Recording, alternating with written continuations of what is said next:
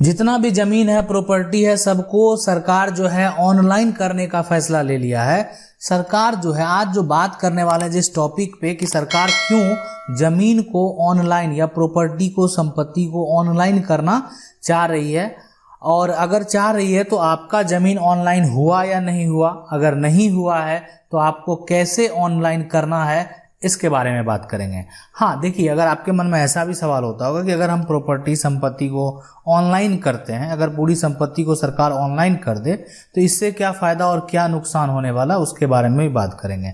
तो सबसे पहले जो है फ़ायदा नुकसान के बारे में बाद में बात करते हैं, ठीक है। पहला जो यहाँ पे है कि सरकार जो है ज़मीन को ऑनलाइन करना क्यों चाह रही है, उसके बारे में बात करते हैं।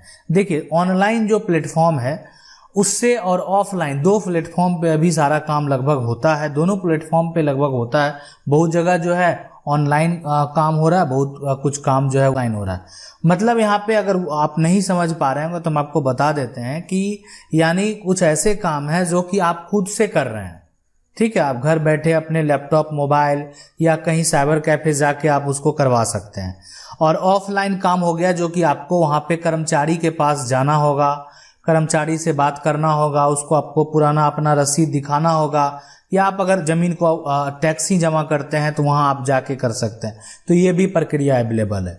लेकिन अब सरकार, हाँ बहुत लोगों का क्या हुआ कि आज भी ज़मीन जो अवेलेबल है वो रजिस्टर में अवेलेबल है। आप जाएंगे कर्मचारी के पास तो वहाँ जो भी लिखा हुआ रजिस्टर में लिखा हुआ है। तो रजिस्टर में लिखा हुआ ये काम, तो अगर बात करें 1947 से पहले भी तो यही होता था, है ना।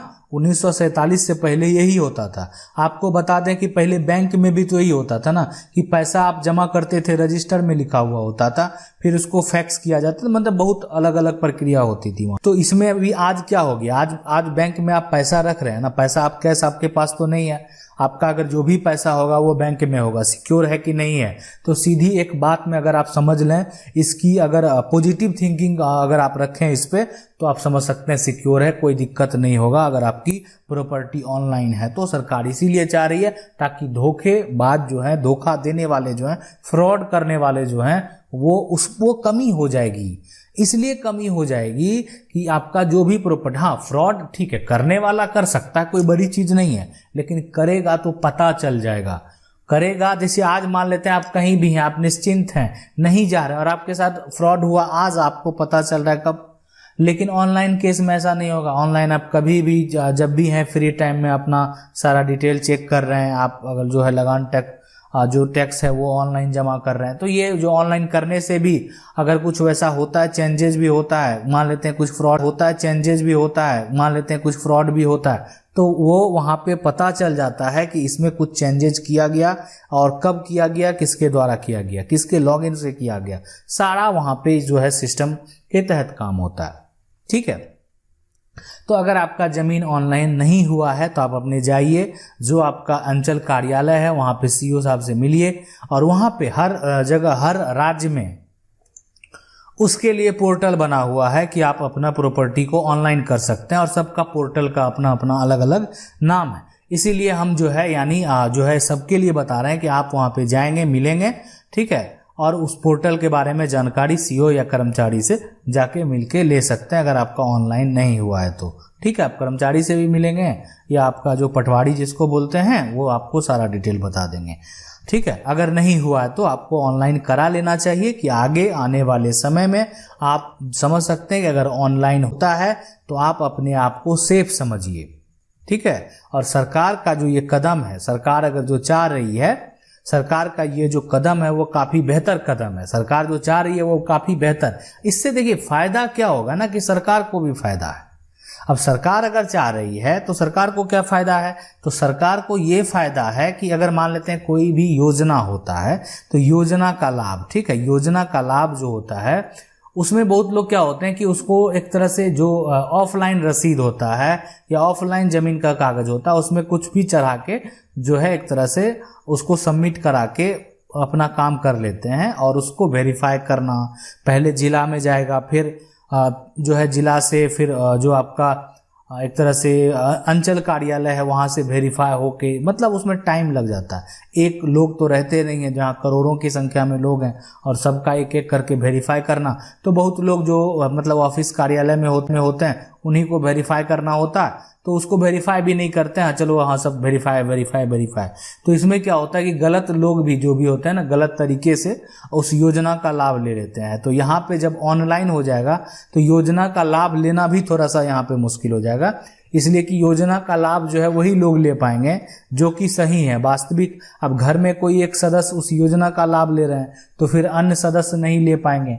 तो इसीलिए सरकार का ऐसा जो ऐलान है इसीलिए है ताकि ऑनलाइन अगर आ जाता है तो वेरीफाई करना, देखना, उसको उसमें उसके जो डिटेल को जानना सब कुछ आसान हो जाएगा वो करना। तो ये नहीं, और सब आधार से भी लिंक हो जाएगा तो फिर काफ़ी बेहतर हो जाएगा। उसमें कोई फ्रॉड नहीं कर सकता अगर उसके परिवार के लोग भी उसी प्रॉपर्टी के लिए अगर पहले कोई अगर उसमें रजिस्टर हो चुके हैं तो दूसरे करेंगे तो पता चल जाएगा।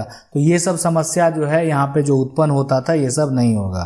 तो अगर फिर संपत्ति को सरकार ऑनलाइन कर देना, इसमें अगर फायदे की बात करें तो सरकार को बहुत फायदा है। सरकार को ये फायदा है कि जो भी प्रॉपर्टी है, ठीक है, जो भी प्रॉपर्टी है और जो अगर वो ऑनलाइन हो जाता है तो सरकार को किसी भी व्यक्ति को वेरीफाई करना आसान हो जाएगा और वो पता चल जाएगा। और पता चल जाएगा तो जो गलत करके, जो फर्जीवाड़ा करके आप जो योजना का लाभ ले रहे हैं वो नहीं ले पाएंगे।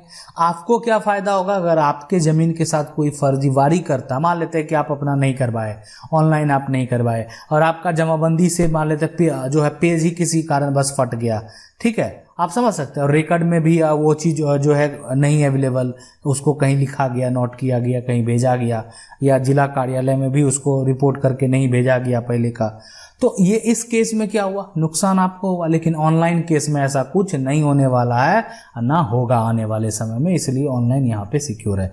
चलिए आगे बढ़ते हैं और इसमें एक एग्जाम्पल लेके समझते हैं। देखिए कागज है, ठीक है, ये कागज है, ये जो है ऑनलाइन है, मतलब ये ऑनलाइन ये ऑफलाइन है। ये आपको कर्मचारी जो होते हैं या पटवारी जिसको बोलते हैं आप, वो आपको काट के सारा डिटेल लिख के देते हैं और ये कंप्यूटराइज जो होता है आपका सारा रहता है, आप काटते हैं पूरा डिटेल आ जाता है। ये दो यहाँ पे आप देख सकते हैं, एक ऑनलाइन है दूसरा ऑफलाइन है। अब देखिए इसमें जो आपको काट के दिया, इसको आप अगर आपको मिलान कराना है तो अगर रजिस्टर से या जो भी है जहाँ से, तो इसके लिए फिर आपको वहीं जाना पड़ेगा। ये जो आप काटे ये फिर आप ऑनलाइन मिलान कर सकते हैं। अगर आपको उसमें त्रुटि लगता है तो आप उसको सुधार करवा सकते हैं। अगर आप बैंक से मान लेते हैं, लोन ही लेते हैं, आज तो ये चीज़ जो हर जगह अब फॉलो करना शुरू ही हो गया कि बैंक से अगर लोन लेंगे ना तो वो ऑनलाइन भी जरूर खोजते हैं, ऑनलाइन जरूर देखते हैं, ऑनलाइन वेरीफाई करने की कोशिश करते हैं कि आपका जो भी है वो डाटा, आप ये कागज़ दे रहे हैं कहीं से फर्जी बना के तो नहीं दे रहे हैं, तो आपका डिटेल जो है वो ऑनलाइन है कि नहीं। अगर आप प्रॉपर्टी पे, ज़मीन पे अगर लोन लेते हैं तो ऑनलाइन लेने से बैंक को वेरीफाई करना कितना आसान हो गया। अब है कि ऑफलाइन के केस में, ठीक है, ऑफलाइन के केस में ऐसा नहीं है।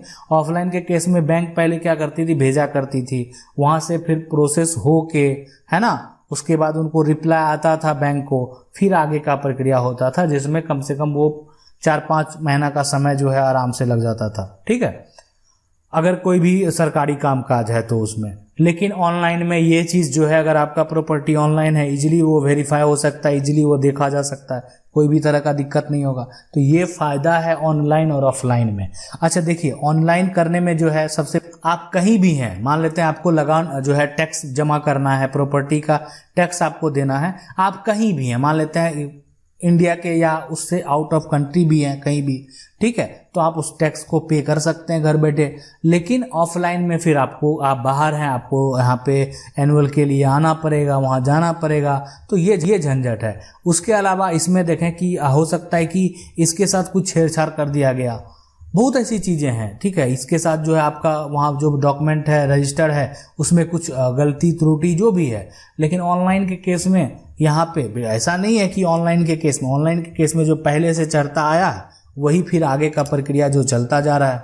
तो आने वाला समय जो है अब ऑनलाइन वाला होने वाला है, और अगर आपका नहीं है तो आप जो है बिल्कुल आज सोच लें कि हमको जो है जल्द से जल्द अपने प्रॉपर्टी को ऑनलाइन कराना है किसी भी तरह से। देखिए खतियान बहुत हद तक जो सरकार है जिला अभिलेख का जितना भी खतियान होता है वो लगभग, या पुराने कागजात भी, रजिस्ट्री भी, जो आप रजिस्ट्री जो होता है, डीड होता है, वो सारे को ऑनलाइन आप देख रहे हैं कि धीरे धीरे पुराना वाला भी ऑनलाइन आ रहा है, सारा जो है डॉक्यूमेंट धीरे धीरे ऑनलाइन आ रहा है। तो अब जितना आपका हिस्सा है ना, प्रॉपर्टी है, इसीलिए ना जमाबंदी भी देख रहे हैं ऑनलाइन होते जा रहा है। तो आपका जो भी हिस्सा है, आप अपना हिस्सा अलग करके उसको ऑनलाइन करा लेंगे तो वो आपका एक सेफ प्रॉपर्टी, जैसे आपका बैंक बैलेंस सेफ होता है ना, उसी तरीके से वो आपका सेफ हो गया। और आपको करा लेना चाहिए। आप बिल्कुल, आपके लिए जो है बेनिफिट के लिए वो एक बेहतर कदम है।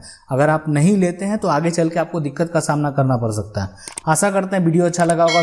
वीडियो को लाइक जरूर कर दीजिएगा। चैनल को पहली बार देख रहे हैं सब्सक्राइब करके जो बेल आइकन है उसको जरूर दबा लीजिए।